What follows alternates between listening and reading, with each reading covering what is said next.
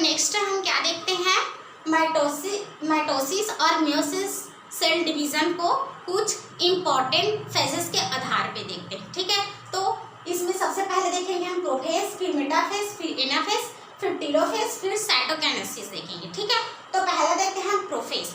Prophase जो होती है वो कैसी होती है, छोटी अवधि होती, छोटी प्रावस्था होती है। ठीक है, प्रोफेज छोटी प्रावस्था होती है जिसमें और सब स्टेजेस नहीं पाया जाता। ठीक है, लेकिन मियोसिस में ये प्रोफेज जो होता है वो लंबी प्रावस्था होती है जिसमें क्या पाया जाता है, 5 सब स्टेज पाया जाता है।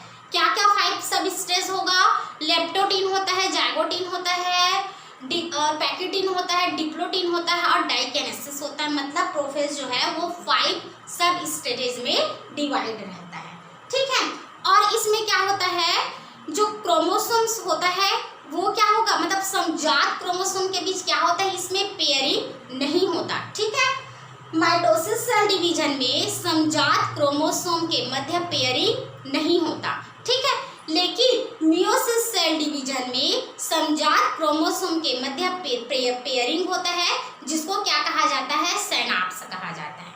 ठीक है, ये क्या था, दूसरा अंतर था। ठीक, प्रोफेज का तीसरा अंतर क्या है कि माइटोसिस सेल डिवीजन की जो प्रोफेज अवस्था होती है इसमें सिनेप्टोमियल कॉम्प्लेक्स का फॉर्मेशन नहीं होता। ठीक है, एक बार और रिपीट कर देती हूँ, माइटोसिस सेल डिवीजन की प्रोफेज अवस्था में सिनेप्टोमियल कॉम्प्लेक्स का निर्माण नहीं होता, लेकिन मियोसिस सेल डिवीजन की प्रोफेज अवस्था में, मतलब प्रोफेज अवस्था में किसका फॉर्मेशन होता है, सिनेप्टोमियल कॉम्प्लेक्स का फॉर्मेशन होता है। ठीक है, सेकेंड क्या देखते हैं हम, मेटाफेज देखते हैं। तो मेटाफेज में क्रोमोसोम कैसा, माइटोसिस का जो मेटाफेज होता है इसमें क्रोमोसोम कैसा होता है, स्पष्ट होता है। ठीक, और इसमें 2 क्रोमेटिड प्रेजेंट होता है, मतलब क्रोमोसोम में क्या प्रेजेंट होगा, 2 क्रोमेटिड प्रेजेंट होता है। ठीक, और इसमें जो क्रोमोसोम होता है कैसे होता है, मोनोवेलेंट क्रोमोसोम होता है। ठीक है, मेटाफेज में प्रेजेंट क्रोमोसोम कैसा क्रोमोसोम होता है, मोनोवेलेंट क्रोमोसोम होता है, एकल संयोजी क्रोमोसोम होता है। ठीक है, अब देखते हैं मियोसिस में। तो मियोसिस सेल डिवीजन की मेटाफेज अवस्था में क्रोमोसोम में कितने क्रोमेटिड पाए जाते हैं, 4 क्रोमेटिड पाए जाते हैं। ठीक है, अर्थात टेट्राइड अवस्था कहा जाता है इसको। ठीक है, और इसमें जो क्रोमोसोम होता है वो कैसा होता है, द्विसंयोजी होता है। ठीक, मतलब बाइवेलेंट क्रोमोसोम होता है। ये समझ में आया। अब देखते हैं एनाफेज। ठीक, एनाफेज देखते हैं। तो ये जो माइटोसिस सेल डिवीजन की एनाफेज अवस्था में सेंट्रोमियर 2 भागों में डिवाइड होता है। ठीक है, माइटोसिस सेल डिवीजन की एनाफेज अवस्था में सेंट्रोमियर 2 भागों में डिवाइड होता है, लेकिन मियोसिस सेल डिवीजन में है ना, एनाफेज में क्या होता है, सेंट्रोमियर 2 भागों में नहीं बढ़ता। ठीक है, अब उसके बाद देखते हैं हम टेलोफेज देखते हैं। ठीक है, टेलोफेज देखते हैं।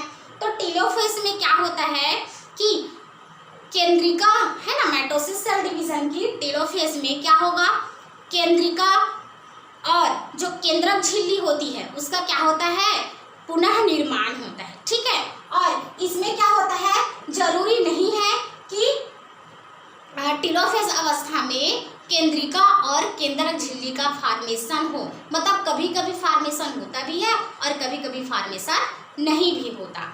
ठीक है, आप देखते हैं साइटोकाइनेसिस। ठीक, तो माइटोसिस सेल डिवीजन में जो साइटोकाइनेसिस प्रोसेस होता है वो हमेशा कैरियोकाइनेसिस के बाद होता है। ठीक है, हमेशा क्या होता है, कैरियोकाइनेसिस के बाद होता है, जिसमें साइटोकाइनेसिस के बाद 2 सेल का क्या होगा, फॉर्मेशन होगा। ठीक है, 2 सेल का क्या होता है, फॉर्मेशन होगा, जिनमें गुणसूत्र की जो संख्या होती है वो मातृ कोशिका के समान होती है। ठीक है, अब क्या देखते हैं हम, मियोसिस का देखते हैं। तो मियोसिस जो फर्स्ट होता है उसमें साइटोकाइनेसिस नहीं पाया जाता। हमने क्या पढ़ा था कि मियोसिस सेकेंड 2 चरणों में कंप्लीट होगा, एक मियोसिस फर्स्ट होता है और दूसरा होता है मियोसिस सेकेंड, है ना। तो मियोसिस जो फर्स्ट होता है उसमें साइटोकाइनेसिस नहीं होता। साइटोकाइनेसिस कब होगा, मियोसिस सेकेंड में क्या होता है, साइटोकाइनेसिस होता है। ठीक है, तो ये क्या था, मतलब माइटोसिस और